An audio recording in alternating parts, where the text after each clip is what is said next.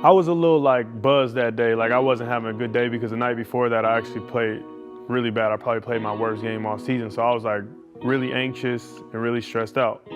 I ain't never gonna get back to the league if I play like that. And then Erica calls me and she basically just tells me what's going on, and I took a minute to like soak it all in before I called Ariana, and I'm just like, pack everything. We're leaving tomorrow. Zach just offered me a call-up. We were both really excited, but on the other side, like I was kind of sad because I really enjoyed playing with those guys in Mexico City. I love playing for Ramon. Like I said, I mean, I felt like a kid again out there, just hooping with no constraints, right? Like he just let me go. And I was enjoying my time there. Like I was living in Polanco in Mexico City, one of the dopest neighborhoods. Life was just simple again.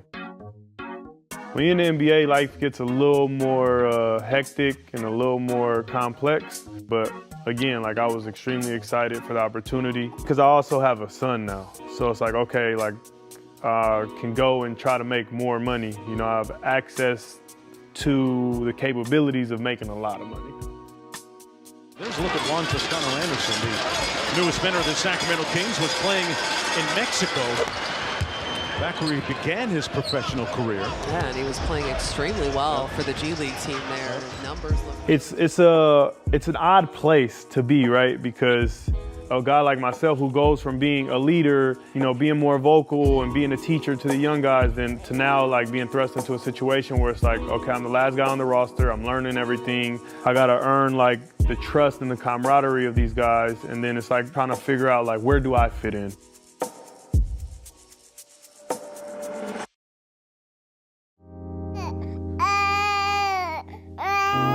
I know, but it's my time to talk, and then you'll get your turn, okay? Deal? Deal? Being a parent is hard. I mean, I'm sure all the parents out there know. And you know, it's both of us, and we have all the resources we need, but it's still really hard. So just being closer to family, I'm like, okay, this is gonna take like, you know, a lot of stress off the both of us, Ariana and I. I understood at a young age that we didn't have everything, right? My grandpa came from Mexico, migrated to the United States, and then he bought that house. And we still have that home to this day.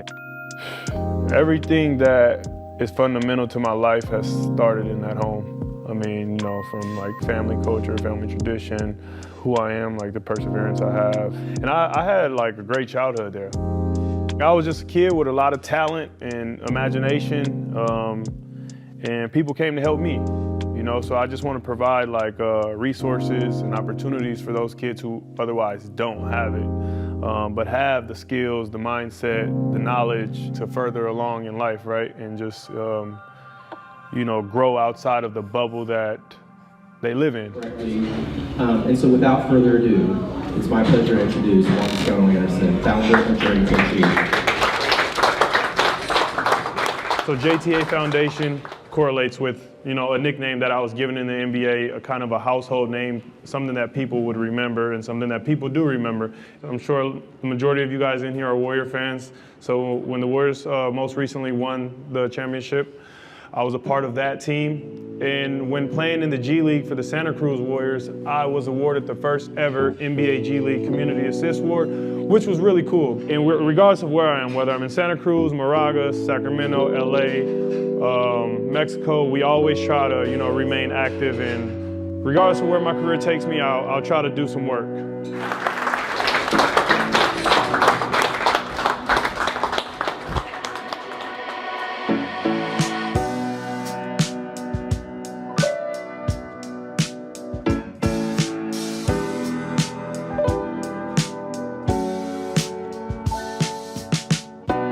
Bro, we in a garden. Like, you gotta turn up. You have to turn up in New York anyway. But you gotta turn up every game. But like New York is like show me state, in my opinion. We won here. Sacramento Kings had like a nice backdoor to Francisco Garcia, who's from New York. I remember them games. You know, like being in the garden, you gotta remember those moments. Jeter Sushi. I transitioned at the right time, but the time is still like the same as a player. You know, it's still long days. You know, now even like on the road, me and Dan Connor is the GM for the remix, we talking even more. You know, I have that responsibility of the G League players, and I have the responsibility of, you know, making sure the energy and everything is right here. So in my case, I'm talking to all the guys. I know it's the two ways, but Chris Murray would go. At a time, Moses Brown was going. You know, I just don't want it to be like, I gotta go to. No, man, we're going here so we could continue to stay in shape and be ready. Moses did it, came back up. He had like 12 rebounds and this and that. And I'm like, it's working. So that's been the beauty and the balance of this, man. Like, and I appreciate, you know, everybody for allowing me to be me, you know, and I thank God that I was chosen for this opportunity. I don't think there's many people in the world quite like Pooh. He lights up every single room that he walks into, whether it's in the meal room or on the team bus, or like you feel his presence and his joy. And I always said, you know, he's one of those guys who can go any path he wants. Like, you want to try to be a GM? All right, you can do that. You want to be a coach? You can do that. You want to be an agent? You can do that. You want to, like, he's one of those guys who has, I think, the personality and the adaptability to fit in any room with any group and be like a positive light no matter what he does. So I think for us, like, you know, you see that type of talent and person, and you just want to get him in your building. And so thankfully, you know, he trusted kind of the vision that we had for him, and Joe and Chauncey and, you know, the rest of the group, to basically give him exposure, you know, to both sides of it. And I know that was from talking to Pooh throughout the process, that was really important to him. Hey, you know, if I'm hanging it up, I want to be able to kind of see all sides of it. And so I think that was the main goal, and it's been a lot of fun. This is Scoot's first time playing in the Garden, and I hope he gives them an amazing memory of who Scoot Henderson is. First time, period? Not even like, not even in the G League or anything? No? This is special. Right when he picks it up, you pick it up and you go, but think about it. If he's right there, he's gonna be backpedaling, and your first 3 steps, he's not going to be able to stay up in your speed. Right. So continue to let it roll. Coach Brooks was a PG. We need all the time that we can get. So if there's no pressure, hey, bro, and we down, bro, roll it out. It's okay.